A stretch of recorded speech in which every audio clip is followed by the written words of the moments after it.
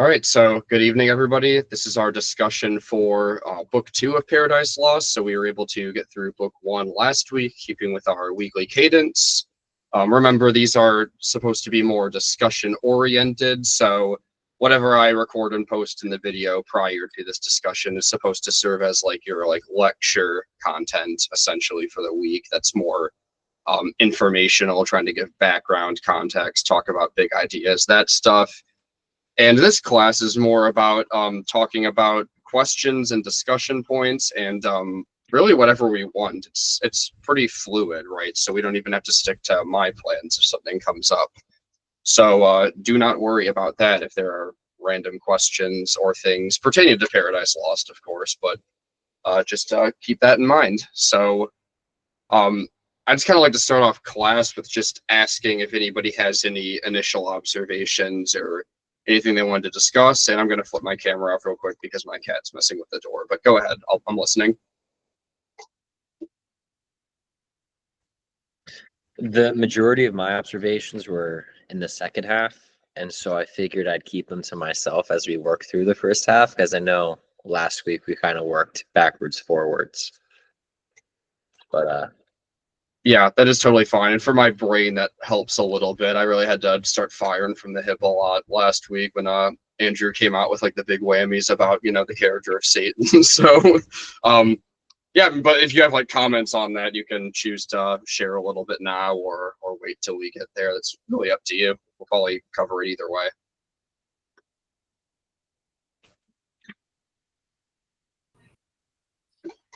Well, I made it about halfway through before class, so all of my observations are going to be in the first half, but I liked it so far. I think it's cool seeing the different personalities and views of what to do with their plight, I guess. With Molek just basically not being able to bring himself to accept that this is what they're going to do. He doesn't want to stay there at all. He just is we're going to go out fighting, and it's you just got wrecked, dude. There's no fighting, but yeah, just that. And then, Belial, I think is how it's pronounced. Yep.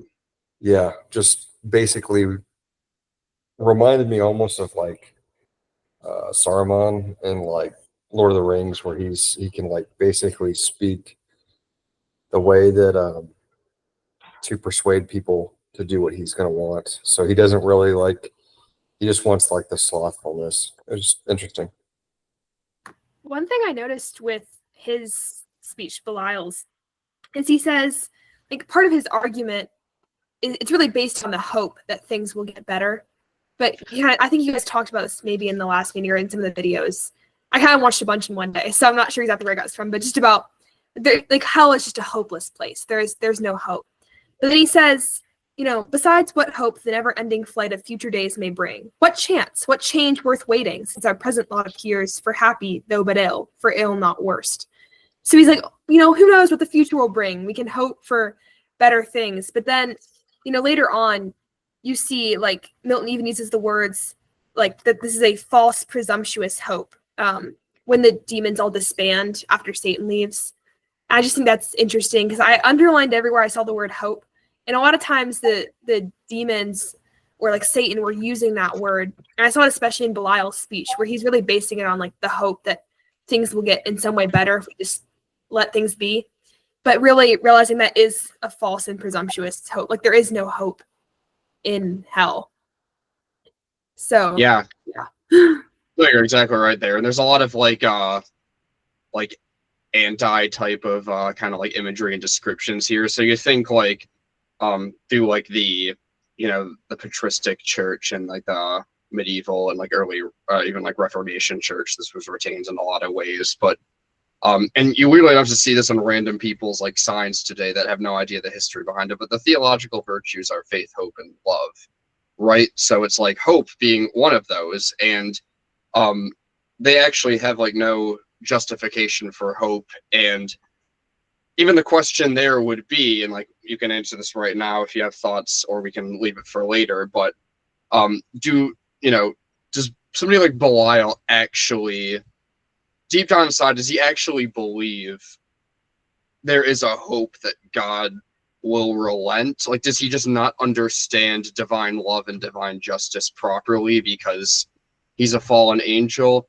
Or does he actually understand it, but he's in denial? Or is he just completely aware that he's basically full of baloney, and he's just saying it anyway, right, to try to get a rouse out of people, right? These are, I think thinking of like character motivations as they speak is interesting, especially of the like Satan more than anybody, but really like any of the demonic creatures. I think it's kind of interesting to assess their motives, because the motives are much more clear, right, with like the angels, with God, and with even sometimes Adam and Eve. But with the demons, you're kind of thinking like, do they actually believe this, or do they actually not? Like, I think it's interesting to kind of think that through. I think part of the reason why he's hopeful is because the situation has improved, even if it's only slightly, right? Because he says, I'll find it. When we fled in Maine, pursued and struck with heaven's afflicting thunder, and besought the deep to shelter us. This hell then seemed a refuge from those wounds. Or when we lay chained on that burning lake, that sure was worse, right? And so when they were chained on the lake, the sulfur in book 1, before they were let out, that was a worse pain than they're feeling right now. And so I think it's partly some level of irrationality, but also, I guess in the grand scheme of things, they haven't been here that long, and it's already gotten a little bit better, that there's probably some reasonable piece where maybe they expect it to continue in that way. Or even, to be fair, I think sometimes we do get numb to our pains as well. And so I think he has something of an expectation of that as well. But I think it's interesting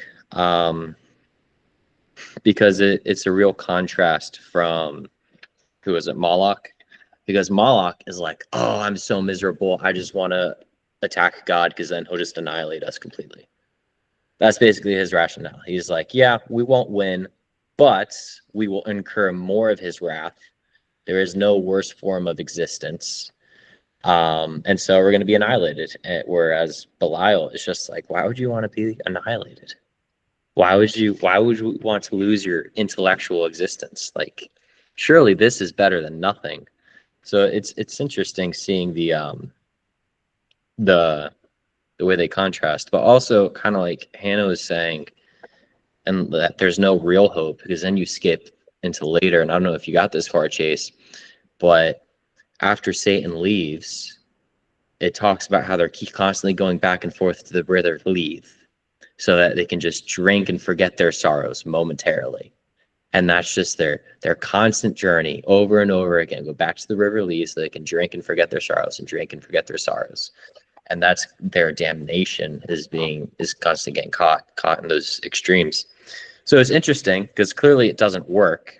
And you have, what's his name? Mammon, who kind of builds on Belial's point in terms of, yeah, let's stay here. Maybe we'll get better. Maybe we can even make it better. Yet it still ends where they're in such misery that they're just drinking to forget themselves.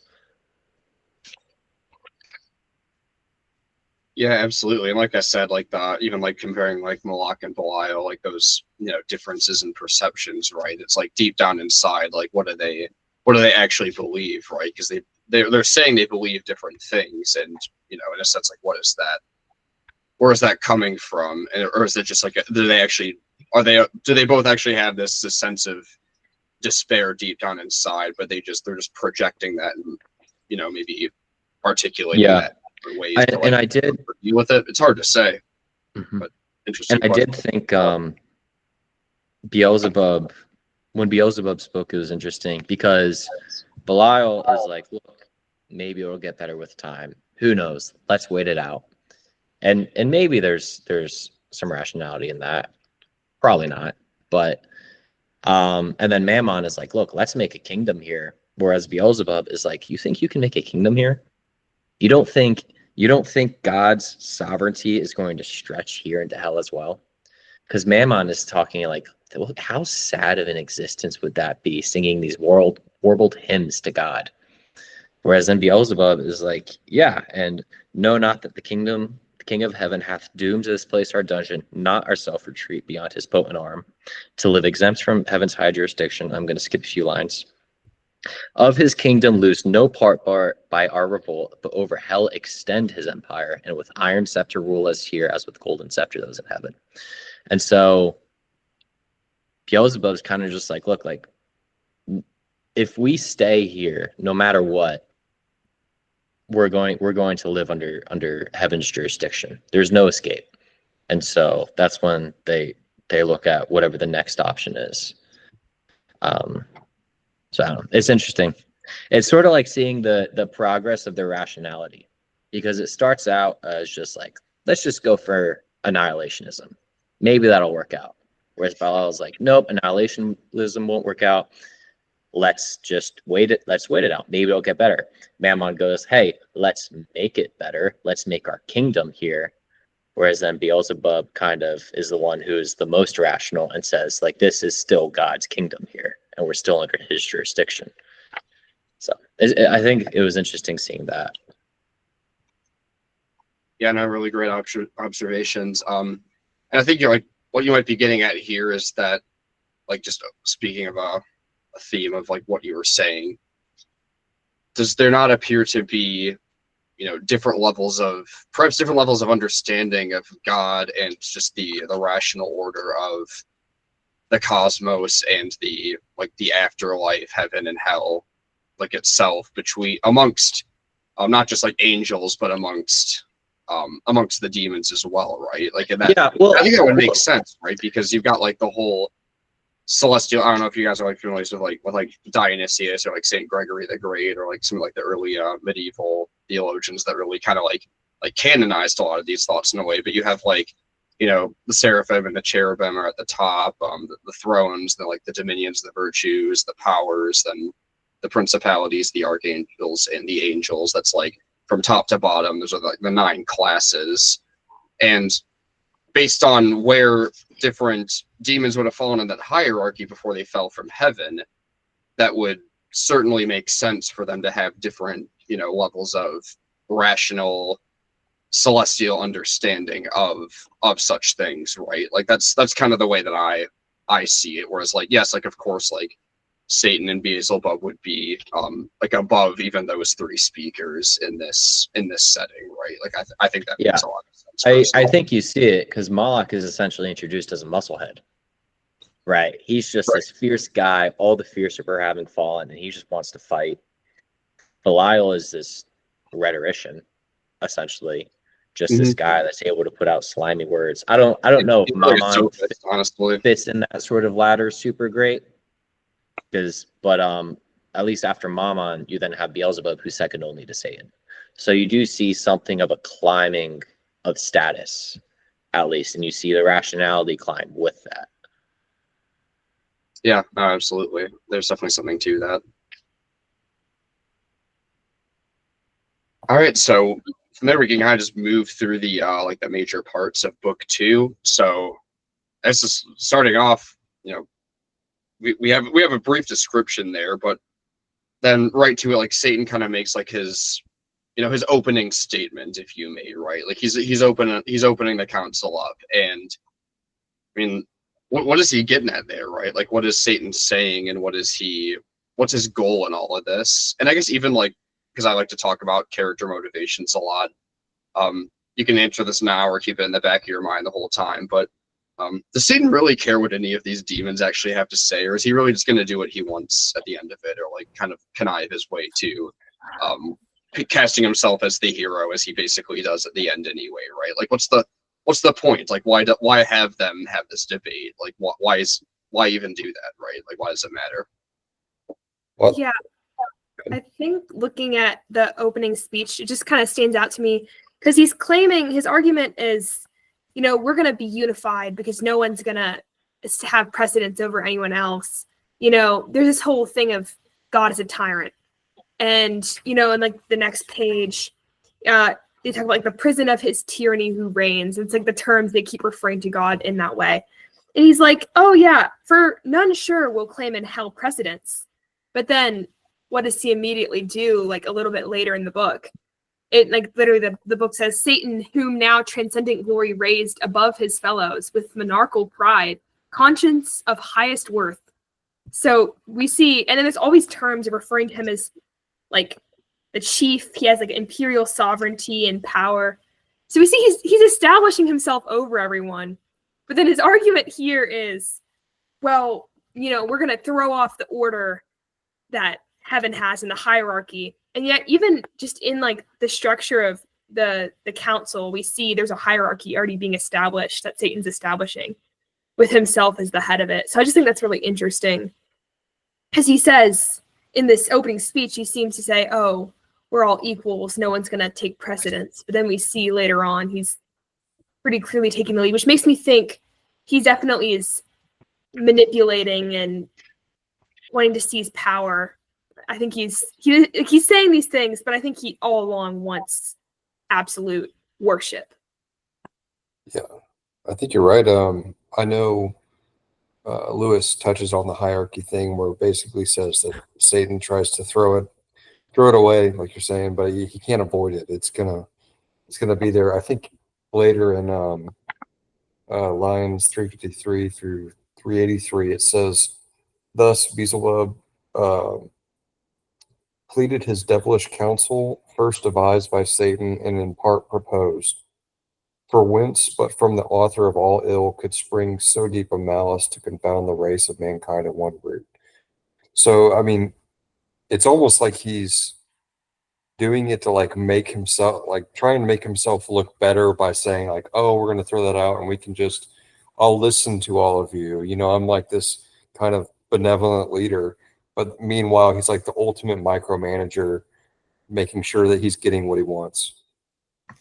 Yeah, and looking Yeah, I at it, wonder. Oh, Sorry, you go. I wonder how much of it was him knowing that he would win the argument. Right? Like how much is it there's just this confidence. He knows his status is the greatest. And so he knows that like they can all contend whatever they want to contend, but he will come out as the victor. And so it gives more legitimacy to his claim, while also he knows what the outcome of it will be. And also just looking at the opening lines, this part's super interesting because it says like Satan sat exalted by merit raised to that bad eminence. So it's like by merit to this bad eminence. So there is like, he wants to escape this hierarchy, but by his own merit has been raised like the chief, like the worst of the worst, which I guess in hell is put you in charge. Yeah, it's interesting how it's all that stuff by your own merit, because that even kind of like I don't know, for whatever reason the stuff Maman was saying stuck with me a lot, because like they want to make themselves great. You know, they want to do their own building. They'd rather take control of their own destiny. Like it's kind of, I don't know what your politics are, but it kind of just seems like this hardcore libertarian of just like, give me free, hard liberty. I don't want to serve under anyone else, and I will do what I can to make myself great. And so the thing of that, it's like, Satan wants to do him. He doesn't want to serve anyone else. Yeah, he wants liberty without order, which is he wants to cast off this order. It's just the irony I think is there is that he can't escape it, like you're saying, Chase. Like the order it's still there, because it's not something like, because they're all created by God, and even though they've been like cast down into hell, they can't throw off, what God has endowed them with, in that order that's going to naturally form. Yeah. You heard it here. Libertarians are literally Satan. That's what Kyle said. Mammon, to be fair. Mammon. Oh, man. So No, yeah, definitely. I think that was a good point. here's what's interesting here, and I think it's interesting that Hannah said libertarian or liberty without order, because Milton basically was like a libertarian in like a 17th century British context, right? Like he was very like, not only did he think like the Anglican Church was way too hierarchical, he thought the Presbyterian Church was too hierarchical. He's like, those Presbyterians, they're just way too structured. Like basically, he was like a nonconformist to the T in his time, right? He was like, they're all wrong. Like we need to be like autonomous and self-governed. And if you ever like read his treatises, he was like in Oliver Cromwell's party, like vehemently against the monarchy. So like, yeah, like Milton was like a hardcore, like basically 17th century English libertarian. That said, he still believed things were somehow like ordered under God, and he certainly has ways of reconciling that, vision of like political philosophy and ecclesiology with. Yeah, I don't actually think theology, it was a whether you agree or commentary not. on libertarianism. It's just what it reminded me of. That's all. I'm That's probably why. poking at that a little bit because like there is something to like this concept of liberty, because maybe Milton's trying to show us that liberty has to be ordered and done in the right way, because when liberty is not ordered and done the right way, it's satanic in a sense, right? Yeah, I would say like as Christians, because we believe in a transcendent order, there's a transcendent moral order to the universe that really, whether we fully acknowledge it or not, really does shape the way we view the world. And so for Milton writing about things, it's very natural that he would have this order, and whether he was like fully consistent with that in his own life or like the situations he was in. I do think in the actual text, there's like, he's kind of showing there is at least some degree of order that is needed. Yeah, I think there might even be. I think there might even be a. Oh, sorry, Hannah, you were lagging out. I thought you were done. That's all. Okay, you're good. My I'm bad. done. I think there might have even been a little bit of like a biblical allusion, because Mammon says preferring hard liberty before the easy yoke of servile pomp, and it just reminds me of the verse, "My yoke is easy." And so it's like, yes, like there is a true liberty, but that comes under the yoke. Otherwise you are a slave, essentially, to your own passions, which is what they all seem to be. But I digress. Yeah, no, really good thoughts. Does anybody else want to say anything more about the like that opening statement, or do we want to get into one of the funnest parts, maybe the funnest parts of book 2, which is obviously talking about these debates? I think that's really fun. So It is. I'm excited about this discussion. we ready for this then? Yes. All right. So, and keep in mind, I'd prefer if we saved this question for after we've gone through at least the 3 speakers before Basil, Love, and Satan here. But after we talk about this, I want you all to discuss who you think has the most interesting, maybe even the most compelling argument within this context, and why you think that. Don't answer now, but keep that in mind.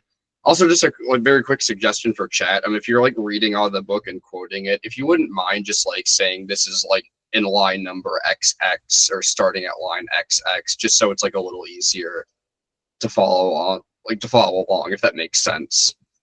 Just especially if people like listen to this later, it might be like, wait, what are they talking about, or where are they at now? It's easy to get lost in epic poetry. Yeah, right? I wish mine does not have. I am not.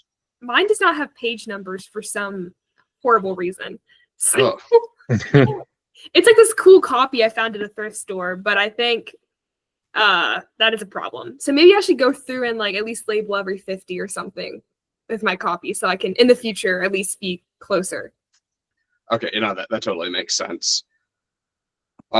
Okay, so yeah, we'll just work through them systematically here. So we've got Malak, right? He's our first speaker. You all have definitely talked about him. He's kind of a giant meathead, right? Like there's some validity to whoever, musclehead, whatever the term is. There's kind of some validity to that, right? He reminds you of like some of the, if you've ever read like Homer's Iliad, like he would kind of fit in there somewhere. He's just beating his chest and clashing his shield and like yelling declarations of valor at his opponent. Like he has that vibe, right? He has that personality type, I guess, is maybe a nice way of saying it. But and he is described as, I'm not sure I don't have the line number down right now, but he is described as the strongest and fiercest spirit that fought in heaven, right? So that's an interesting opening statement already, where it's like this guy, when they waged war in heaven, which, by the way, like that, those scenes will be described in a few books from now. But he was like a fierce man of battle, like on the opposing side. So he gets that nod in a sense. But here's the thing. So we could say that Moloch is, I wouldn't call him courageous, and I'll tell you why soon, but we could say that Moloch is at least, he's bold, and I would say he's brash for sure. But so is there anything respectable about Moloch's boldness, or is it really folly at the end of the day? Is he kind of, for lack of better phrasing, is it kind of dumb for him to be this way given the context? Like, is he courageous or not, right? That's the big overarching question here, if we're kind of talking about it from a virtue ethics perspective. I think he would definitely get along well with the Norse mythology. I think he's fighting an unwinning battle. But I mean, I would say it's like a pride problem that he thinks there could even be any kind of chance, because there's definitely not.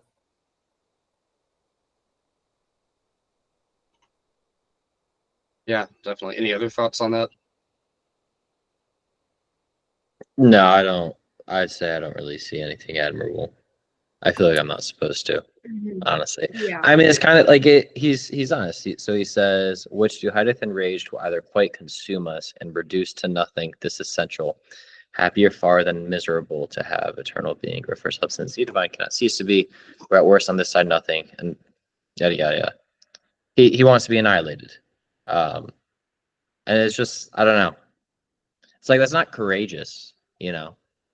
Picking D as your option isn't really courageous. So I wouldn't even go that far. Yeah. It's like a mockery, or like an imitation of courage, but it really just feels like empty words being like hurled up in defiance against God. Not real courage, but just kind of just petulance, and just, he kind of has the last line of his speech, just, if not victory is yet revenge. He's just, we're not going to win, but let's just go down with our fists flying. Yeah, as though he didn't just lose, right? Like, it's, I don't know. Like, it's just, I'm imagining if I get beat up in a bar, and then 5 seconds later I'm like, yo, let's go again. Just no, sit down, leave. Yeah, that's not courage. That's just like some just foolish bravado or something. Yeah.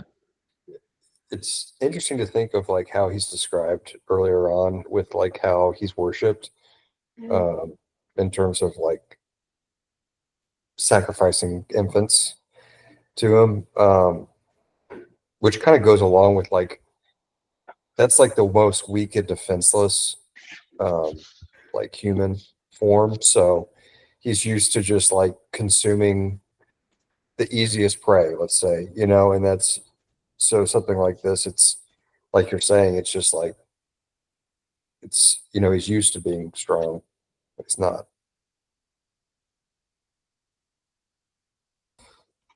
But I guess this is before all that. But I guess it shows like what he would be like later on. Yeah, I think it definitely informs how Milton portrays him, right? So You mentioned child sacrifice, and that was actually there's like Old Testament associations with like Moloch, like in the Hebrew tongue, and child sacrifice. Usually, like, a lot of scholars of the Old Testament believe him to be like some sort of like Canaanite god that's associated with child sacrifice itself. And I mean, that's obviously, unfortunately, like a theme we still see today in like our society, just in a totally different way, as grim and despicable as that is. But I think overall what you're all are getting at is right. I was kind of just throwing that out there just to see if anybody would see this as courageous in some sense. Take And I the want to bait. like really get at this. What was that, Kyle? See if any of us would take the bait. Sort of, yeah. I mean, right? Like, I mean, part of classical education is just like asking questions, and then you have to be like that annoying philosophy professor that just pokes people with questions, even if you agree with them. Just play devil's. Well, oh, really? Tell me more about. You kind of have to go with that sometimes, right? But so quick background in case somebody or like you all just like don't have the context with it. Maybe you do, maybe you don't. But in the classical world, there's 4 cardinal virtues. So basically prudence, justice, fortitude, and temperance. Honing in on fortitude here, that's interchangeable with the word courage. So this was viewed as like an essential like virtue of the classical world. But kind of giving more like philosophical background for that. And there's like a concept here that definitely goes along with what you all were saying, which I think was, the right answer. And so basically, Aristotle wrote this book in the 300s BC in Athens called Nicomachean Ethics. If you're in Andrew's History of Ideas class, I don't know if he's talking about that, but probably. I'd be kind of surprised if he wasn't. But this is basically like the standard like textbook of like, Western ethics for this is what everybody's basically been like commenting on, talking about in terms of like Western ethics for well over 2,000 years now, right? And it's all about how to live a virtuous life, how to live the good life, right? And Aristotle certainly does not mean the good life in terms of hedonism or modern self-help platonism or platitudes or anything like that.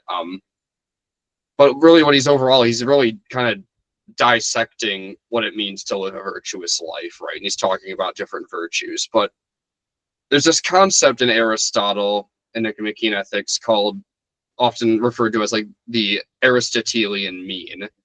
And so basically, for Aristotle, a virtue is seen as it's like a mean point between 2 extremes, right? Like if your virtue is out of balance in one way or the other, then it's a problem. It becomes a vice. So virtue and vice. Virtue is good, vice is bad. Like that's what he's getting at here.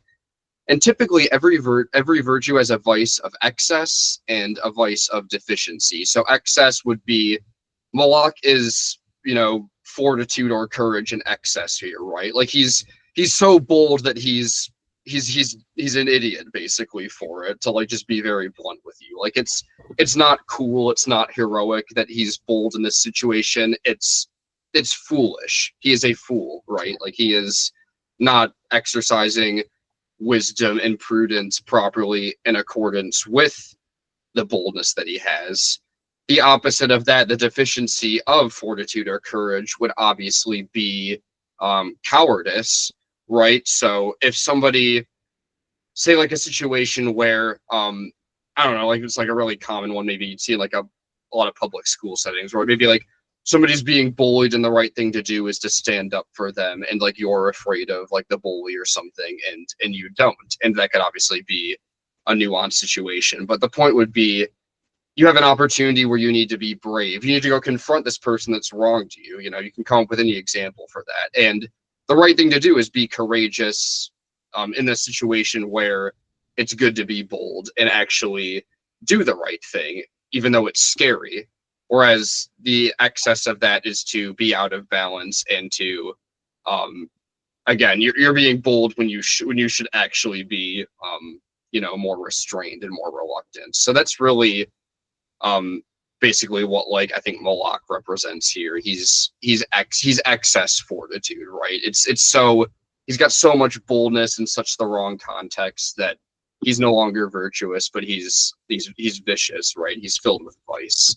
Does that concept make sense to everybody? That's like, I mean, basically like any great books thing in the text you read, you could probably like look at these with just about any main or minor character that gets like any sort of time on like the page, where it's like, what virtues do they exhibit? What vices do they exhibit? Just things to kind of think about in the future there. So he's reckless, right? That's his vice. He's reckless. He's rash. He's heedless.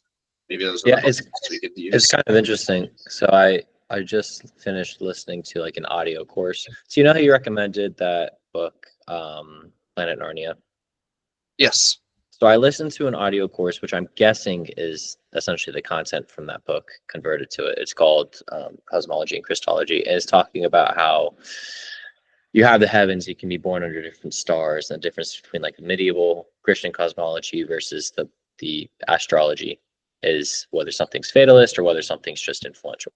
And so like the martial spirit can either be a proper influence towards you, right? That warlike spirit, if you're born under this star of Mars, can be a proper influence to you and make you into what is a Christian knight.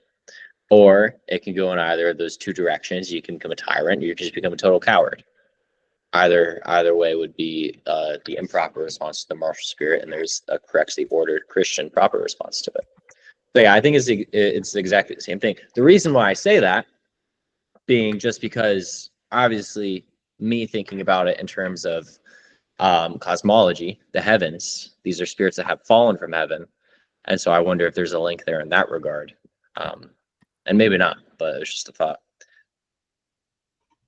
As an interesting thought. And that's the whole topic that, like, I don't even know how much I should comment on it, because it would really just take further research on my part to exactly pin down where Milton's at on that, because I think I mentioned this in the intro to Paradise Lost video, but the cosmology is a little more difficult with Milton than it would be for someone like Dante, who Dante's totally bought into like the Ptolemaic view of like the medieval spheres and all this, right? Because like the Copernican revelation happens, 200 plus years after Dante dies. But Milton is alive 100 years like after the Copernican revelation. Like he literally meets Galileo in Italy at one point, like in his lifetime. So, in terms of like just like the material perspective of the cosmology and the planets, like he has a different perspective. However, Milton is, most of the literature Milton is reading, of course, is very influenced by that, by the medieval cosmology, by the Ptolemaic concept of the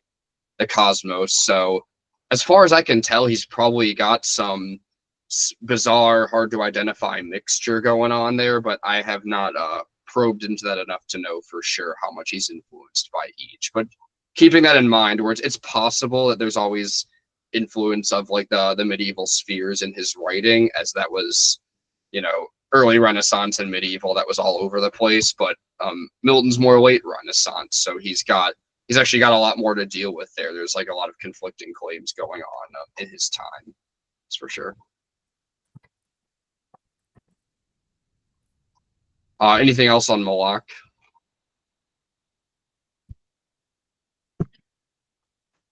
Well, we can definitely move on to Belial. Malak's probably, it's interesting to think about him in terms of like those virtue ethics, but Malak's approach is probably the least compelling to me. I'll let you all like have your own opinions on that after we're done, but probably just for the soul that it's it's like the might makes right kind of philosophy that like King Arthur was fighting against like in his time, right? Like in some adaptations of Arthur, at least that's true. So yeah, my guess is it's meant to be, because he's the first one to speak, so he's the first one to get turned down, and he gets the least screen time, I think. Like, he's not speaking for very long. Yeah, I have not counted the lines to like investigate that. That's an interesting idea and would, I think, be worth doing. But maybe it's just like the mere fact that the order of it, perhaps Milton positioned the order there for a reason, because obviously Mammon's gonna get like a rousing response from the crowd, right? Like he has the crowd won over by the end, like that. And for that reason alone, you could make an argument that he has the most compelling speech of the three. Whether that's your opinion or not is what it is, but there might be something to that. Okay, we can move on to Belial now, though. So I'm just gonna read lines 110 to 118 real quick, because I think it's kind of encapsulate his beliefs pretty well.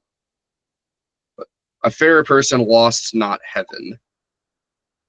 He seemed for dignity composed in high exploit, but all was false and hollow, though his tongue dropped manna, and could make the worse appear. The better reason to perplex and dash maturest counsels, For his thoughts were low, to vice industrious, but to nobler deeds timorous and slothful. Yet he pleased the ear, and with persuasive accent thus began.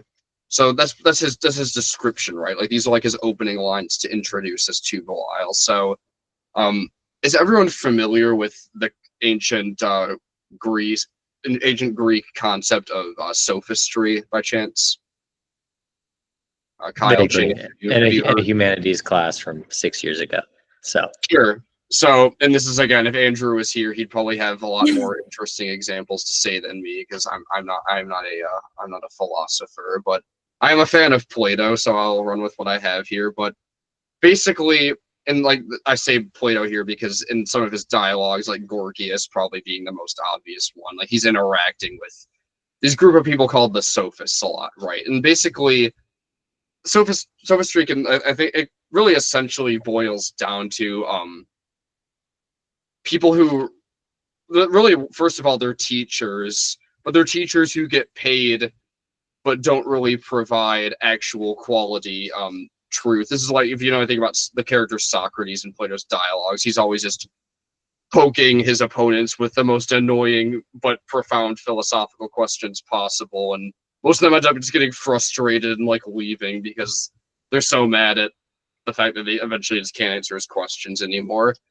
But a lot of the people he's interacting with are sophists, and he's really like, he's kind of antagonizing them in a sense where he's like, they claim to know all these things, and he's showing that they really don't know what they're talking about, but they're making a lot of money off of people, and in his estimation, they're not really great teachers. But in a different sense, sophists can kind of, or at least the rhetoric of sophists can kind of be seen as people who have great speech craft, a way with words, persuasive talk, especially in public speech, maybe even at that.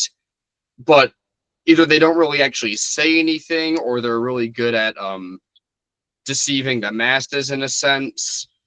There's really different angles you can kind of take there, but think like maybe the best way to think of like somebody like Belial would be, I mean, like honing in on these lines, like his tongue dropped to manna, right? Like he's committed to, you know, vice industriousness, but he pleased the ear, right? So no matter what he's saying, if whether the content is complete garbage, like the way he's saying it is sweet, like it's soothing to the ears of his listeners, right? And you could, in my opinion, I would say that a lot of both politicians and speakers in corporate settings are very much kind of like sophist rhetoricians in a way today, where it's like it's corporate jargon or political jargon, right? Where they can say a lot and say things that really get the people going, but they actually just said almost nothing, or they just said like a bunch of hogwash in a way. So just it's kind of like an umbrella here. Sophistry can maybe like mean a different thing in certain contexts, but overall, just getting at that picture of like speechcraft not used for good reasons and for putting truth up on a platform or a pedestal for people to actually learn and be educated properly from what they're saying. So that's really, I think, encapsulates. I think that encapsulates really like what kind of speaker Belial is before he even starts speaking per se. yeah, and it's not even that he's like just speaking to hear himself talk, but it says that he is too vice industrious, right? Like that's where he's running to. That's what he's working towards. He's working towards vice. So he's not like us. He's not a static character. He's dynamic. He's just dynamic in the wrong direction. No, exactly. That's it. It's like he's a gifted speaker, but like he's using his gifts of the oratory or the rhetorician abilities for the wrong reasons, right? Like he's saying the wrong things. Which I do think for our the discussion we had earlier on whether there was any sense, it probably I'll say for myself, I probably didn't do a good enough job keeping that introduction of his in mind. Right? Because if you read Too Vice Industrious, then every word he says should be painted with that. And so like, no, obviously there's no sense in this. Obviously there's no sense in what he's saying. It is almost like the most, at least like as a reader, almost you kind of are like, yeah, I mean, it kind of makes sense because you're like, well, what else can they do? I guess their best bet is just to sit and just try not to provoke anything to be worse. So there is that sense, but I also think, yeah, you're right. That's kind of like, are we being taken in too by some of what he's saying? Because obviously, like we were talking about earlier, he's really basing this on the fact that there's some sort of hope of future days, but we know that that's not possible in hell. So then, like, his whole argument crumbles if you don't have any hope of lessening the torment. Which I guess also we talked about. I guess they were in less torment, maybe a little bit, because they had gotten out of the lake, the fiery lake. But even still, they had no reason to expect that things would get better for them, I suppose. Yeah, no, I think you're definitely onto something there. Right, yeah, but I think that's ultimately where Belial goes wrong, is whether he understands it or not. He says we must exasperate the almighty victory to spend all his rage, and that must end us. That must be our cure to be no more. But if God is just and God is eternal, then God's justice is eternal. And if like sin or rebellion against God has eternal ramifications for it's against an eternal God, then it's not going to end, right? Like it's in a sense like it shouldn't end, right? As humans, like we who put our faith in Christ, actually have hope, keyword there, like for salvation and for making it to paradise per se on Christ's merit and not our own. But they don't have that, right? And like whether you can see later in the poem whether they actually know that or not. But like whether he actually intellectually knows that at a theological level or not, like it's a wrong view, and that's where he's going wrong here, is because like it isn't going to end, and you could argue that it might even get worse after final judgment, right? Like you could argue that paradise gets better and that hell gets worse, right? There is certainly an argument to be made there theologically. Yeah, it's interesting. So when Milton sort of narrates Belial's words at the conclusion, he says, "Thus Belial, with words clothed in reason's garb, counseled ignoble ease and peaceful sloth, not peace." And so it's interesting what Milton's commentary is, because Belial is saying, let's not fight. Like, let's not fight. But that sounds like peace. But Milton is saying it's not. That we can't call it that. And I guess, sloth is obviously one of the sins. And so there's a peaceful sloth. The ease is ignoble. So I guess I wonder, and this is just me asking the question, what would a noble ease look like in this situation? Right? Because if there's a ignoble ease, is there such thing as a noble ease to have? That could have been argued for instead. Mm-hmm. Yeah, like if this isn't peace that he's arguing for, is there such thing as peace? It's like in hell, I don't know if there is such a thing as peace, and I don't think the demons would be capable of anything noble. Yeah, that is kind of the dynamic of like should we even ask that? Like, because like I guess they wouldn't be capable of. Yeah, I guess yeah. For me, it's like, is it an impossibility or is it a nonity? Right? Like, is it something that could theoretically happen and won't, or is it something that just by the definition of the terms doesn't make sense? Like, which one of those two would it be? Yeah. Because I'm just looking at what his commentary is, and I'm just wondering, like, what is the alternative? Is there such thing as an alternative? Yeah, I mean, what is if none of these plans are good plans, if they're all just vicious and bad plans? I'm like, well, what would be the best just course humbly of accept punishment? Just humbly accept punishment, I guess, which you could do. I mean, well, I don't know if you could, but I suppose that'd be a theoretical possibility.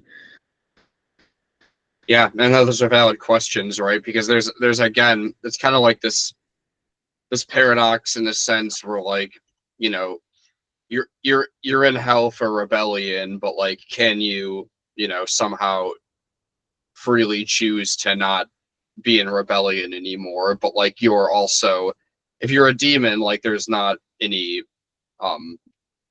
there's not this sense with humanity like where you are saved by Christ's merits, right? Like it's like they've fallen and like there is no coming back for it, right? So like what actually is the best response to that? And it's a valid question to ask, right? But perhaps that's the point, is that like it is impossible, and that maybe there is no peace with that because there's the impossibility of actually coming back from it. I wonder. It seems like he might have been at an answer, right? So at around line 195, 197, by my advice, since fate inevitable subdues us and omnipotent decree, the victor's will, to suffer as to do our strength is equal, nor the law unjust that so ordains. This was at first resolved, if we were wise against so great a foe contending, and so doubtful what might not fall. And so reading comprehension is not the best of poetry. I want to say that. Maybe I'm misreading it. But when he says, nor the law unjust that so ordains, it's almost like this admission of like, this is what we deserve, right? Like if the law is determined by the high seat of heaven, then just by definition, this is what is deserved. He seems to say that. Yet it is a few lines later that he's not humble in the face of that punishment, but he just says, I'm not going to repent, but I'm just going to hope that it eases up. And maybe that might be something of the distinction between the two. I don't know. Yeah, no, I definitely think that's worth thinking about further. I'm not sure off the top of my head, but it's certainly a good idea, I think.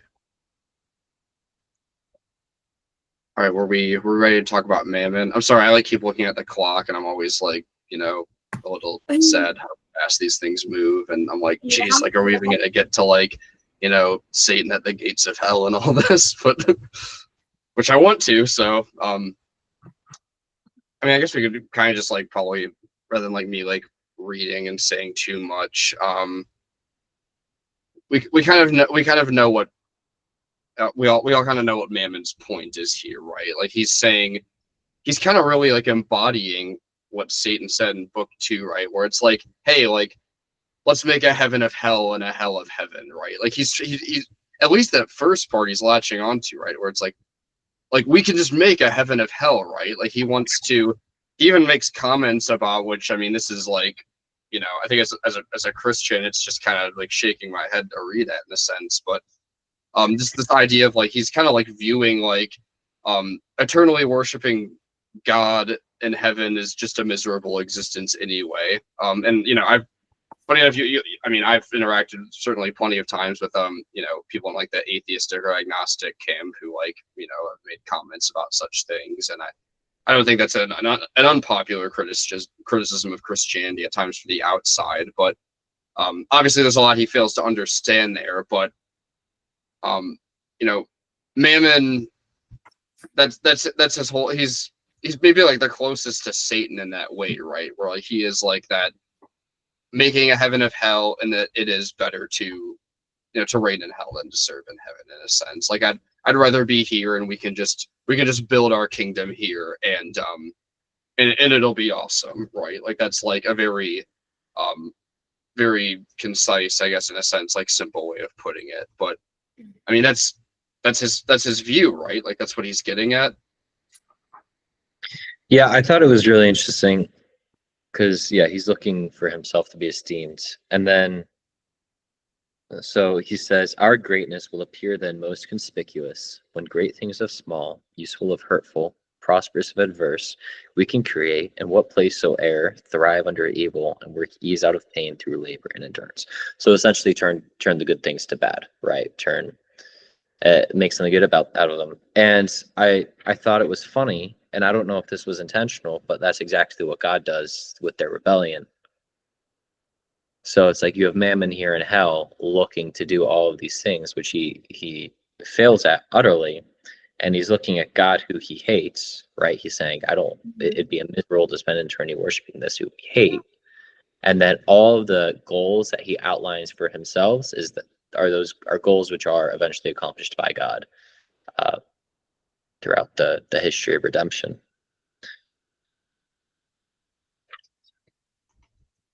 Yeah, I wouldn't be surprised if, and there's this idea, right, where it's like, what does the author write through like consciously, and what do they just create through the subconscious? Yeah. Either way, for Milton, right, like the gospel message, the message of redemptive history is certainly deeply embedded into his core as a person, and therefore, like C.S. Lewis, like Tolkien, in the way it's manifested in Lord of the Rings and the Silmarillion, it's the same thing with Milton, right? Where it's like, even if he's not consciously doing that, he's probably subconsciously doing it. So that's a good observation there. I will say, of the three, I do think it kind of, at least for me, it builds in effectiveness of argument. And I think what makes his argument so successful is, he kind of just acknowledges, like, okay, we're here to stay.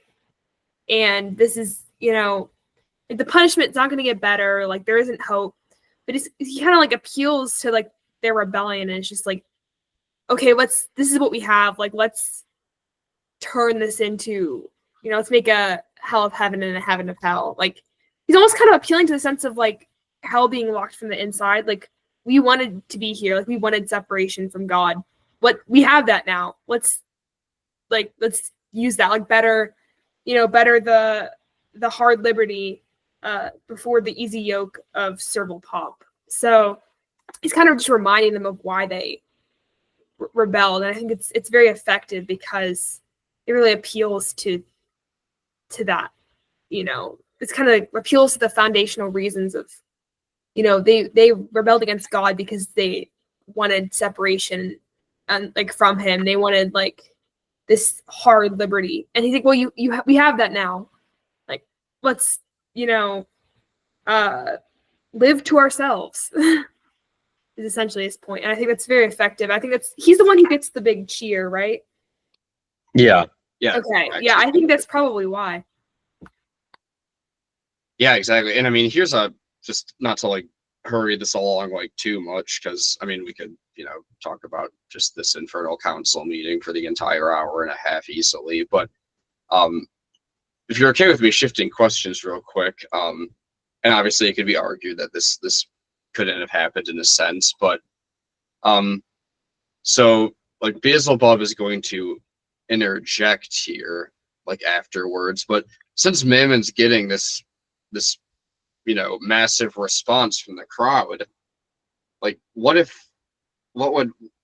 would things be like if that argument somehow won out, right? Like what would be the story then? Like how would like human history and really all of everything within created order like look different across the span of time, right? Like that's maybe we don't even have to talk about that, but I think it's an interesting question to say the least.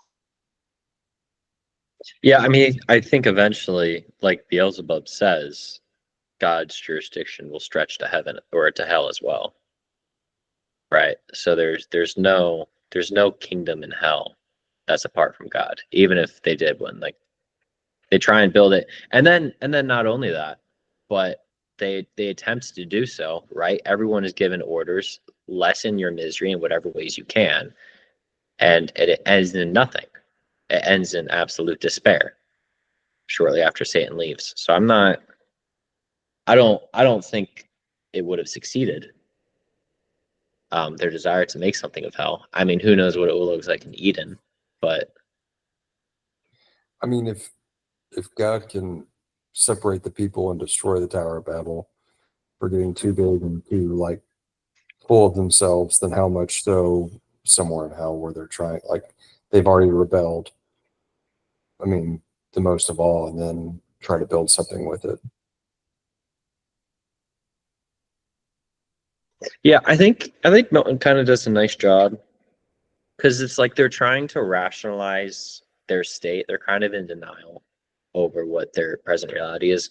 Because Mammon's even talking, and he's thinking, hey, like we might adapt to this environment, right? Because he says our torments also may in length of time become our elements. These piercing fires, as soft as now severe, our temper changed into their temper, which must needs remove the sensible of pain. So Mammon's even thinking like, hey, like we'll adapt to this place, give it some time, but you see that they don't, which is a good thing to see, I think. So yeah. Yeah, I think it's interesting just looking at like what his description was in book one, where it said that he was always downward bent, looking at the ground, like more worried about like liking the gold lined streets rather than the holy vision that was before him, that was creating all of this. So, you know, that sparks like greed of like, okay, we can actually do something different, because I am reading into it that he's not understanding that the reason that stuff's beautiful is because it's in the presence of God, and God's, you know, created it. And in hell, they don't have any influence of God. They're not going to ever see anything. There's no gems to be found underground in hell, you know. So Yeah, I thought the way that book one said it, which we were talking about last week, how it describes the fire, and like the fire is not light, but it's darkness visible. It's just like there's nothing of God there. What do y'all think about, so when Satan leaves and all the demons kind of go to alleviate their suffering however they can, and like it's just the description is really interesting. So it's like there's like this music that's apparently like really beautiful, and then there's this eloquent discourse going on, all these things like where there's obviously like this brokenness, but it seems there's some aspect of perhaps some form of beauty or something there. Like, is that even possible in hell? You know, I was just kind of shocked when I read the part about singing with notes angelical. Yeah, I'm glad you brought this up, and I love the thought, but did we want to say anything more about like all the stuff with the council, or because of like time's sake, did you all just want to move on? I'm okay with either, by the way. I got time, so I don't know what your guys' schedule is. It is 10 o'clock Eastern, but I got time. Mm-hmm. Does everybody else concur? yeah, I mean, I may drop off because I haven't read as much, so feel free to go on as long as y'all want. Chase, how far did you read? I think I was 2 lines. Well, all right, before we even go that far, because this is obviously Josh's course, would you be okay with doing like halfway this week and then doing the second half next week, or would that throw the course off? Y'all can go ahead. It's not a problem. Probably not, just because like, Yeah. So I have to go to a conference all week at Hillsdale in like a month, and I have another one in Kentucky at Memoria in July, and then like I have to start the school year again in August. No, that's totally fair. Yeah, I just thought I'd ask the question. I'm trying to like get this class done, not to like rush it by any means. I wish I had you know, an absurd amount of time to spend on this and go like, you know, book every 2 weeks or something like that. But yeah, unfortunately. But I mean, I'm willing to like extend the class tonight if everybody else is. It's really all up to you at this point. I'm not in any rush to get off. So, but in any case, to get back to Hannah's question, is like Milton kind of puts in the aside, what could it less when spirits immortal sing? Like it's a part of their nature.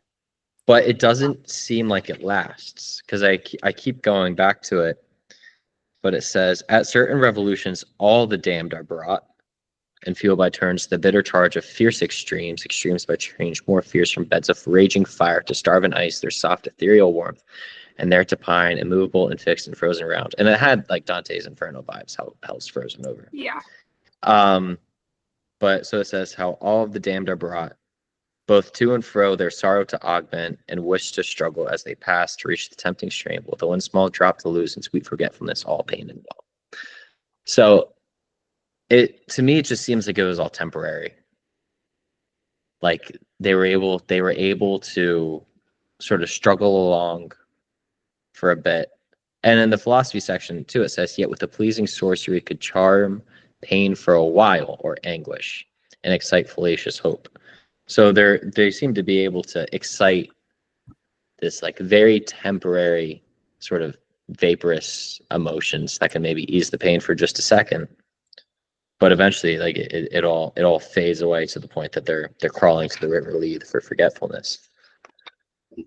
And just to like comment on that one real quick, since we're going there, like the fact that, you know, Milton talks about this as like vain wisdom and false philosophy. It's like, what is he, you know, what is he actually saying about that sort of like speculative reasoning in a sense in general? Like, what's he saying about the kind of conversations and discussions that they're having, right? Like, is he saying that like it's not that it shouldn't be like permissive for humans too, or is he just specifically commenting on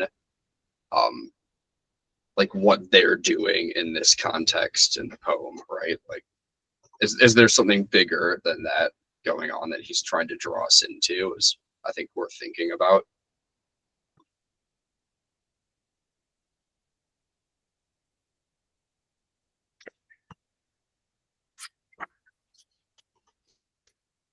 It's okay if nobody has an answer to that, so. I think he's showing the vanity of these things as they're separated from God. Like the vain wisdom and false philosophy seems pretty obvious because it again seems like a scriptural allusion. I don't remember. I don't have the verse memorized, but I'm sure you guys all know what I'm talking about. And even here at the song, it says, so with notes angelical to many a harp their own heroic deeds and hapless fall by doom of battle, and complain that fate free virtue should enthrall to force your chance. So the songs seem to be complaining of their fate. Mm-hmm. So it just, to me, it just seems like a commentary. I don't know if there's a comment quite like that in the athletics portion, where it sort of brings that activity low. Maybe he just thought athletics were vain to begin with. But that's kind of just what I see. It seems to show what they devolve into when they're separated from God. Yeah, I think I had like a list of just, so they had like the false philosophies and then kind of the arts type category with the music, and then they had athletics, and then just the physical comforts as some they could venture to try and find a more like comfortable or less like tormenting spot to be.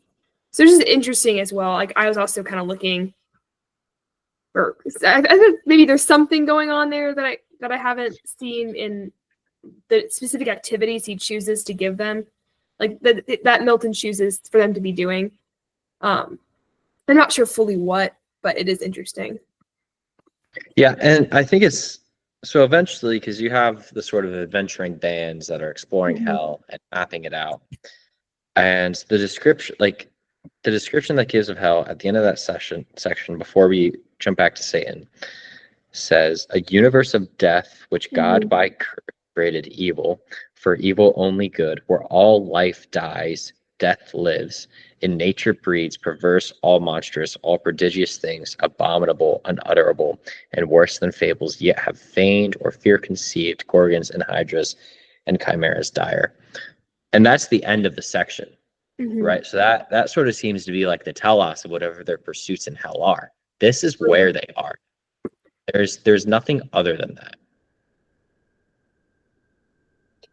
What do you think about, because it says, I actually had like put a question mark next to this, because maybe it makes a little more sense in context, but it kind of says like God by curse created evil, which I guess maybe his sense is more, because it's like, can God create anything that's evil? But then also like hell is a horrible place. So it's just kind of like that balance of like, obviously God created it. It's good because it's created for divine justice. But then in another sense, can you say that it's evil because it is like a horrible place? But do we want to say that God created something evil? I don't know. And that was well, I guess if evil is the privation of good, right, and hell is the place that is completely deprived of God, and God did create it. Okay. then in that sense, you may rightly be able to call just hell an evil place by nature because it lacks God.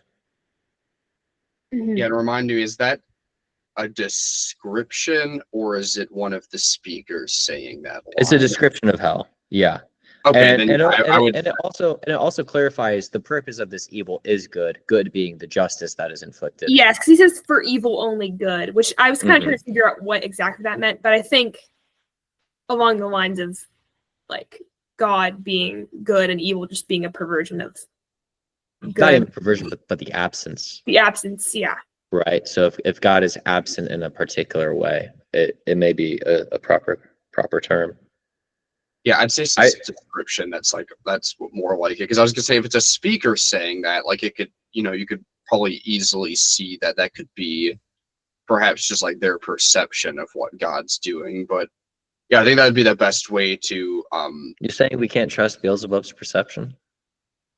Yeah, man, I I thought would it was strongly why I wasn't- suggest that you don't trust Beelzebub's perception. But here's like this is like a little bit relevant just to like Milton's thought on like everything overall. But I know I talked about this I think in the theology of Milton video that I made like a week or two ago. But just know that like Milton is extremely guarded theologically about like anything that he perceives which makes God the author of evil, right? So and I'm not like trying to pick on like any specific theological traditions or anything like that here. I'm just trying to give you like what Milton's thought is. But Milton grew up Puritan, so obviously like, he was Calvinistic in some sense, right? And that means a lot of different things, right? Like there's different ways people kind of shake out that doctrine of election and Calvinism. But basically, no matter how it came down to, Milton really saw that as I mentioned earlier, like his libertarian spirit. Milton was very pro things ultimately rest on the free will of the creation to obey or disobey God, right? And because of that, Milton's going to be very just generally skeptical of anything where he perceives it as God like being the author of evil, and that's probably going to come out in some sense as the way he saw, Puritan beliefs of something like double predestination, or even in some, I'm not sure if this is in all Calvinistic circles, but in some where like God was seen as like dealing with the problem of evil. It was seen as like God like ordained the fall so that like one day like Christ could come. And sometimes there's like a theodicy called like Felix Culpa, theodicy, fortunate fall in Latin, like Yeah, it was all about like Christ coming. And so I'm not like saying that to like pick on any tradition or anything, but that's like Milton is certainly throughout his life he becomes very against like that whole way of thinking. And so like I feel you so are going picked to see that come out in different ways. Not necessarily even here, but you for sure will. Well, it's interesting because part of it, right? So he says the reason that he's writing is to assert providence and defend the ways of God to men. And I mean, I'm going to jump ahead and we can come back, but talking about that, and Chase, spoiler alert. So when Satan is leaving hell, and then he's flying on the winds, and the winds just pushes him down into these eternal depths that he'd still be falling in today, had he not just gotten lucky and the wind picked him up to send him on his course.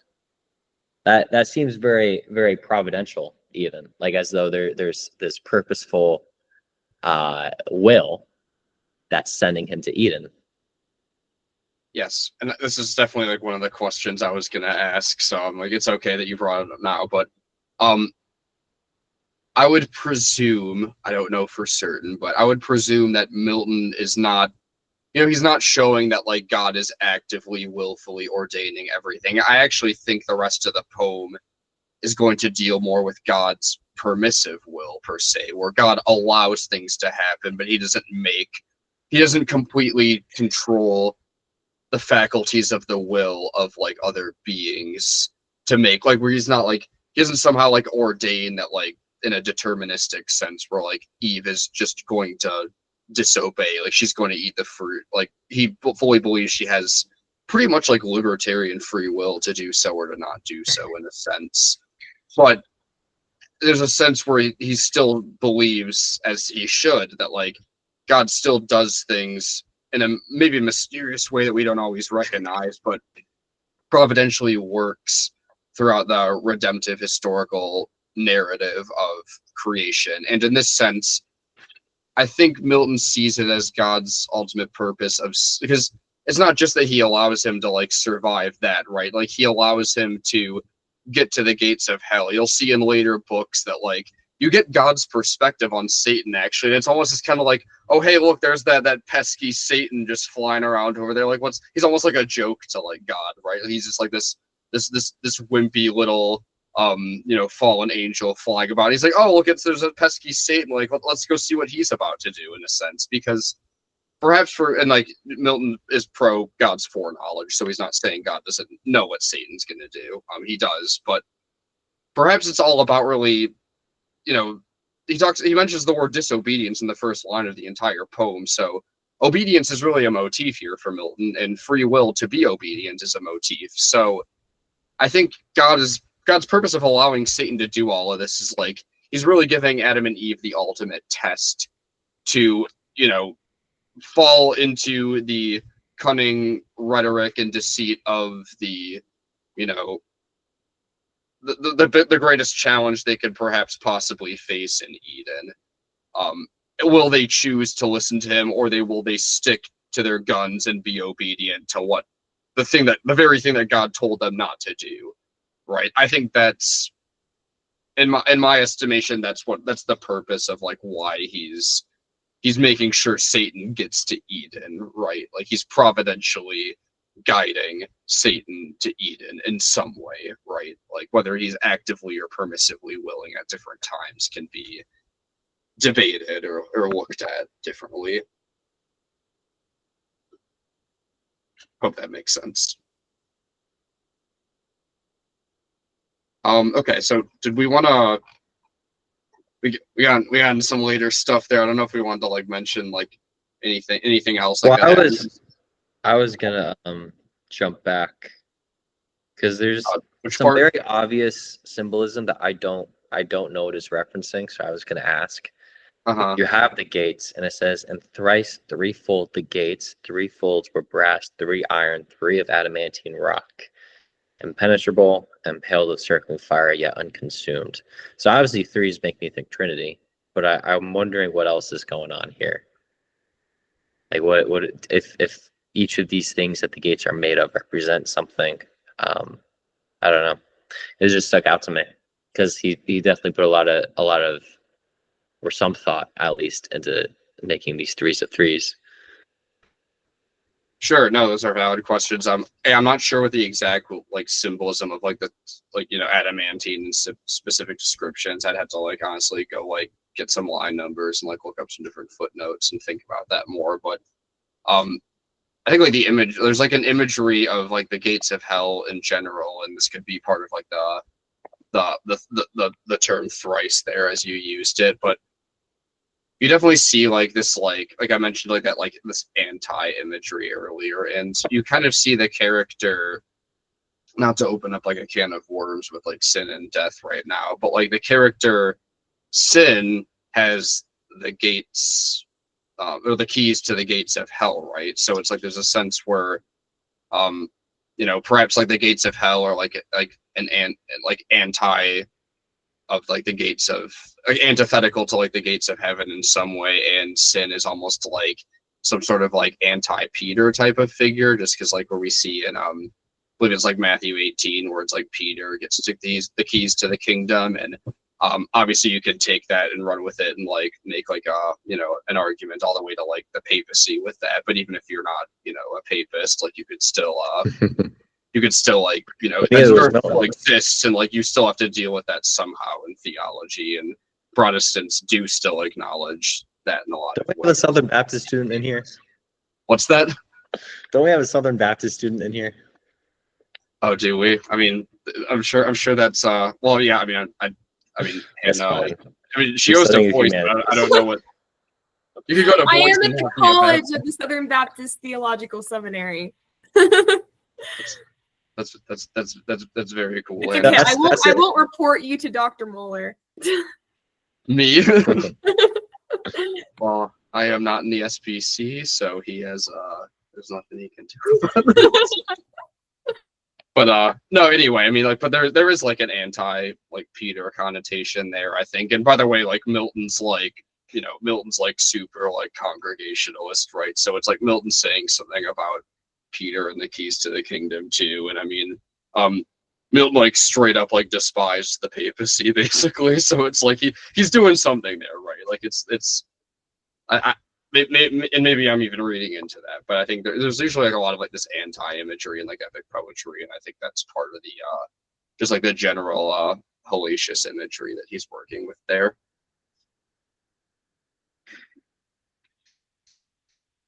Yeah, I mean, I did have a lot of thoughts about the character's sin. I don't know if anyone wants to talk about the little show off they have with death first before I get to my thoughts.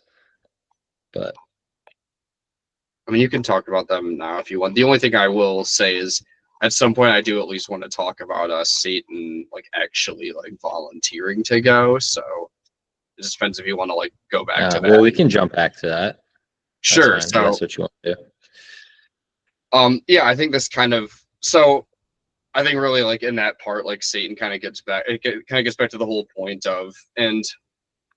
All right, yeah, we'll see you later, Chase. Yep, take care. Yeah.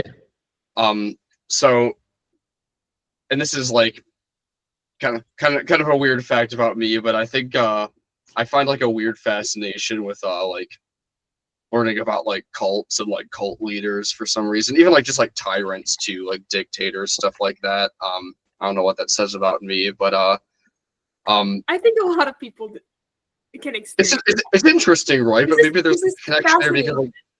because Satan's like at work in the cosmos against us, like in spiritual warfare, and like Satan is like he's like the ultimate form of like a tyrant or a cult leader, right? Like he's just like Hitler was Hitler, but Satan is like just way out there in terms of like his power and influence and abilities, right? But this is like a thing that people like often do in like these environments. It's like they lead and like they really sell the manipulation where it's like they pretend like they really care about what their subjects have to say, but they basically just end up doing what they want anyway, and then the subject feels like they have to follow them because whether it's through like coercion or fear or whatever actually causes it, they like want to obey that leader for some reason. And so basically all of that said, like Satan ultimately does that. Of course, like he paints himself as the hero, which is another like trait of like these types of figures in history and in these different societies and organizations. So I think that's kind of like an interesting like way to look at Satan, but I think it really does confirm that like he just doesn't like he probably doesn't really care about like what's going on at this council the whole time. Like he's just kind of letting him talk and maybe making people feel included in a sense. Like there might be more to it than that, but that's at least part of it, I would say. But he volunteers to go, but like why does he volunteer to go alone, right? Like why not is there actually like in terms of speaking solely from like Satan's point of view here with trying to corrupt the humans, these new creations on Eden, does he actually is there some validity? Maybe he believes he can actually do a better job if he's alone because he's cunning and deceitful. Like, is it? Well, he wants all the combination of glory. that, and like he wants all the glory, right? Like, is that it? Like, he wants to be the hero of the story, right? Like, he wants to be the man. Like, and it takes away from his own glory. I think Like, that's so, it. do you think it's like a mixture of those things, or all one or all the other, or is there even some other reason that I didn't say? No, I think he just wants the glory because it says so he prevents all reply lest his resolution raised others among the chief might offer now, certain to be refused what erst they feared, and so refused might in opinion stand his rivals, winning chief the high repute which he through hazards huge must earn. Yeah, so No, I think he just wants the glory. And then later on, towards him, they bend with awful reverence, prone, and as a god extol him equal to the highest in heaven. He wants to be worshipped. I think that's all. And he's the one. And that's not to say that the task he's taking on isn't dangerous for the sake of his existence, but he's really playing it up to then be the one that goes to do it, so that they look at him and say, where is it? They praise him somewhere. I don't see it, but essentially for risking his own safety for the sake of theirs. Right. Isn't that part just like unsettling and unnerving to read? Like I think of like a video clip of like Hitler at a podium, and there's like, you know, swastika flags with like people like marching like you know, with like the pointed arm in the air, and like this is like an extreme like hellacious version of that, right? Like just people like just pledging their allegiance to somebody who deserves none of it, right? Somebody who's an absolute just monster and tyrant in a way, right? Like it's sickening to read, right? And it's like, again, like Satan is just like, he's just the ultimate form of like the worst versions of that we see. Well, it's even interesting because Milton phrases it as a twisted virtue, right? Because he says, nor failed they to express how much they praised that for the general safety he despised his own, for neither do the spirits damned lose all their virtue, lest bad men should boast their specious deeds on earth, etc. So there is like a true thing to praise, and one person risking himself for the others. And it says so. Even the damned spirits don't lose all their virtue, but it's just twisted in this regard. Mm-hmm. Yeah, so even back to the virtue thing, it's like you could, you know, say it, there's a sense where like perhaps there is a sense where it is like in a weird isolated way like courageous in of itself for Satan to have that kind of willingness to go, but obviously the reasons what it's actually exercised for is completely wrong. And there's a sense where you like see this in Aristotle even too, where it's like it's not just about like having the right doing the right things, but like doing them for the right reasons and with the right motives. Yeah, I think aiming at sorry, I'm not trying to interrupt you. I'm bad at that. I just get ideas that they come out. But I think part of it, because in book one, it's also talking. I don't remember who said it. It might have been Satan. It might have been one of the other demons. But it's talking about how they're preserved for the sake of their judgment, right? So, for example, if we're if you're in hell and you're completely twisted and you're completely deformed, and if what is right and what is wrong and the total and absolute measures, then punishment might be such a thing as feels good to you, right? Like if the opposite of virtue is absolute vice, then you take pleasure in all of the wrong things and you despise all of the right things. So for the sake of punishment to be effective, then there needs to be some remnant, some vague memory of what goodness is. And maybe that's something that's able to be excited in an instance like this. Yeah, no, I think there is something to that.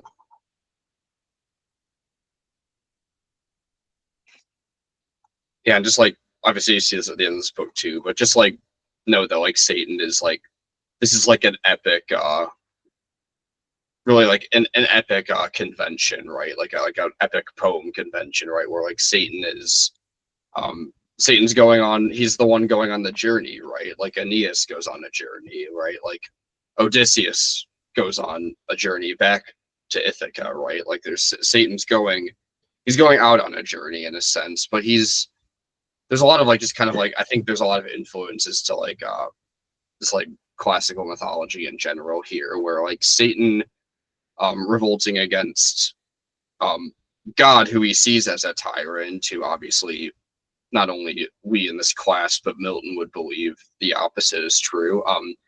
God sees him as a tyrant, and this is much like in mythology, where the character Prometheus is a titan who basically sees Zeus, who basically defies Zeus, the godlike tyrant figure in his estimation, by giving the flame to mankind in mythology. Like, right, this isn't like the play Prometheus bound by Aeschylus. That's classical Athenian play. And then so in the 19th century, Percy Shelley, who is, of course, if you read the Preface to Paradise Lost, is gonna like, you know, him and William Blake are gonna be some of the main people who are gonna like, and Lord Byron as well, are gonna be like the main people who kind of take like a fascination with the character, like Milton's Satan in general, and kind of really turn him into something he was never supposed to be. But Shelley's gonna like write like his own version of this in a sense, and basically like John Keats is gonna even like do the same thing, but his poems were never finished. But what I'm really getting at there, not to like rant about that too much, maybe another time if you're interested, but there's this thing where Satan kind of flows into, in the 19th century, this concept of what's called a Byronic hero. I'm not sure if anybody has heard that term before, but basically Lord Byron, he's like the second generation of Romantic poets. So him, John Keats, and Percy Shelley. By the way, Percy Shelley is married to Mary Shelley, was married to Mary Shelley, the author of the Frankenstein novel, which also has influence from Milton's Satan in it, fun fact. But basically a Byronic hero is like this character who they're cut off from humanity or their original society for some reason. Usually it's like they've committed some kind of taboo act of some sort, that or they've acquired some sort of forbidden knowledge, right? So like Lord Byron did this with his poems in his time. That's really popularized by him. That's why it's called a Byronic hero. But you know, Satan is kind of like a pre-Byronic hero. Like, and he was influential in the Romantic movement in some ways. But I just wanted to point that out because like you see this in like just other pieces of literature. Like there's a weird way you could even like make an argument that like somebody like Darth Vader is like kind of a Byronic hero in some ways. He like is cut off because he betrays the Jedi Order, or like Gollum even in a sense because of being cut off from the hobbits because of possessing the ring and going off on his own in a sense there. So a lot there, but I just wanted to like throw that concept out there.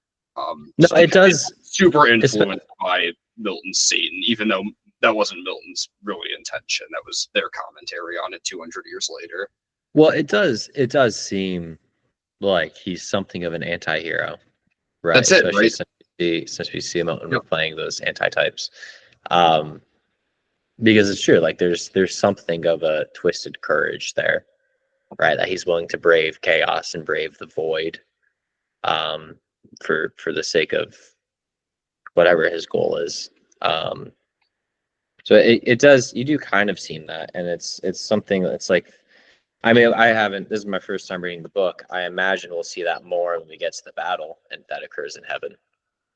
We'll see him sort of glorified in some ways. So I think that makes sense. Yeah, definitely. And be looking out for that, because you're definitely onto something with later parts of the poem for sure. So I probably only got like a few minutes. So I mean, you mentioned wanting to talk about like sin and death? So. Yeah. So for one, I think it's really interesting the way that sin takes the form of Satan, right? Satan falls in love with sin because sin has form, which I think is fascinating. But biggest thing, it seemed very Athenian in her birth, right? Yep, the way she pops out of his head. And so it's kind of like this idea that that sin is the wisdom of Satan. Like sin is the fruit of Satan's mind. Sin is that twisted reason. Like the counter it is the wisdom. Yeah. Sin is the counter wisdom. Exactly. Sin is the anti-wisdom. So that seems like a really interesting type. And then I thought it was another scriptural allusion, the way that wisdom gives a literal birth to sin, because we have in James, I didn't write down the reference, but desire when it has conceived gives birth to sin, and sin when it is fully grown brings forth death. So we have the desire of Satan looking at the throne of God in heaven, and it is as they are assembled in worship that desire gives birth to that anti wisdom, which is sin, from his head, and then that sin full grown gives birth to death. I thought that was a really fascinating thing. I also thought there was a clear parallel with Narcissus as well, and the way that he's so enamored with himself in his own image. And even though the throne of heaven is there before him, he's only focused on himself. And we see that all throughout the rhetoric in heaven and hell as well. They're trying to glorify themselves and make themselves great rather than look at the seat of heaven. Yeah, absolutely. And yeah, I mean, You're really that's a really good one. But I think, yeah, I mean, I think you really hit the nail on the head there with, like sin being born out of like, or I mean, yeah, being born out of the head there in a sense. And I think that's supposed to be a very like clear allusion to like the same thing which happens with like Athena, in the head of Zeus. So I think you're right on the money there.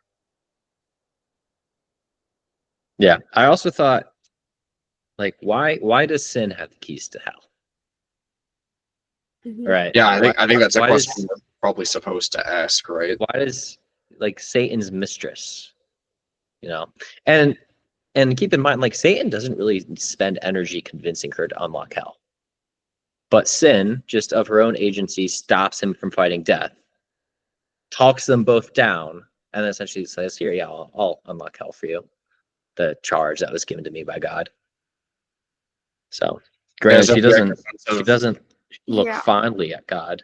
You can see that elsewhere in her. It is in some of her rhetoric, interesting but because you'd think if you were thinking of like there's keys to hell, you'd think they'd be in the charge of like an angel or something like that. even the Michael. But give him to Michael, yeah, he'll keep him safe. But then no, it's with sin, which is just interesting. Yeah.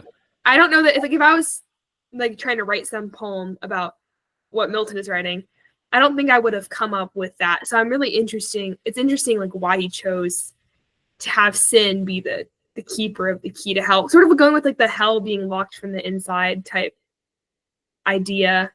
And also like God's providence in allowing Satan to leave, I guess. I was gonna say, like, is God like wanting to make it easier in a sense where like, because like Michael's not gonna give the keys to Satan unless said God's like, hey Michael, by the way, go give the keys to Satan. But it's like maybe the point is that sin, like he knows that sin probably, well, I mean, God has foreknowledge, so he knows sin will in a sense, right? So maybe it's just a matter of not like having like, it could just be a matter of like it being in a sense more realistic in like a providential way.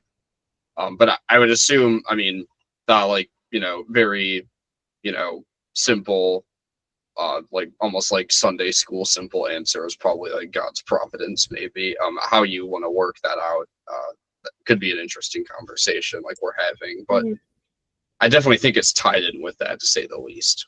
Yeah. I mean, yeah, you're right. He just kind of like win it over pretty quickly, and it's really just like a matter of, I mean, flattery, and then like, hey, like I'm doing this for you. Like I'm like he's just very, you know, he's a smooth talker in a sense, like he's wheeling and dealing, like the dear pledge of dalliance had with thee in heaven, and joys then sweet, now sad to mention, though dire change befallen us unforeseen, unthought of, right? Like he's referring to a sort of relationship in which they have had, and then he's, you know, just a few lines later, he's basically claiming that he's doing this for them too, right? And there could, in a sense, be that's true, but he probably doesn't actually care that it benefits them if we're really giving an honest assessment of Satan's character. Yeah, and as much as it benefits himself, which is kind of the whole. Yeah, it's very narcissistic. It's like. Yeah. Like sin is basically just a reflection of Satan in a sense. Yeah, and he doesn't recognize her, which is also so strange. Yeah. You know, like sin is the reflection of Satan, yet he doesn't recognize her. And I thought the description is so interesting. Is from the waist up, she's fair from what you first see, and then slimy and foul beneath. Like the further you look at her, it turns foul. And he's able to see the nature of sin in that way, which I thought was interesting. Yeah. I also thought, sorry. Oh, I was just saying he hasn't realized how far he's fallen almost. Yeah. Like he sees what he really is. And he can't identify that's me. Yeah. I thought the description of death was really interesting. Like the other shape, if shape it might be called, that shape had none distinguishable in member, joint, or limb, or substance might be called that shadow seemed foreseemed. Each seemed either black as stood as night, fierce as 10 furies, terrible as hell. So death like doesn't even have a form. Yeah. Death is just this mist. And he's like, I think he's saying like you can't, it might be called shadow. So I thought that was interesting. And death, interestingly, so like death is the progeny of sin and Satan. And it's like sometimes death might seem noble in a way, like you have the angel of death, maybe, depending on what you're going to read. But here, death, from my perspective, seems to be the most foul creature in hell so far, because he's the progeny of Satan and sin. And then, like, if I read it right, he violated his mother, if you notice that, and like gave her Yes. offspring and ran her down. Yeah. It's disgusting. It's Yeah. thoroughly disgusting.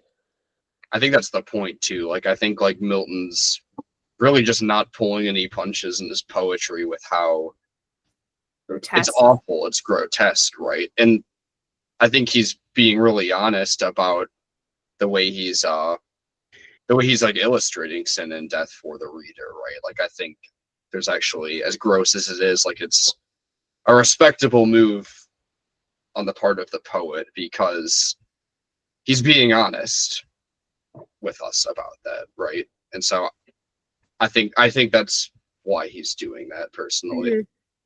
Yeah, it definitely was very revealing in a very like profoundly like emotional and like shocking way. The way that he describes that. And it does really probe a lot of deeper thought about the relationship between like Satan and sin and death. And just how horrible they are. Yeah, absolutely.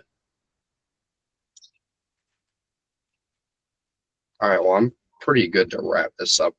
Yeah, I'm pretty So All for the sake of sounds we have good. any viewers, just so it's not absurdly long, right? But did anybody just have any final thoughts if they want, in the next? I had one more that I'll say really quickly. So we had Mammon earlier kind of say something which ultimately Christ does, right? In terms of like turning the bad to good. Like that's what man wants to do. He fails. Christ does it.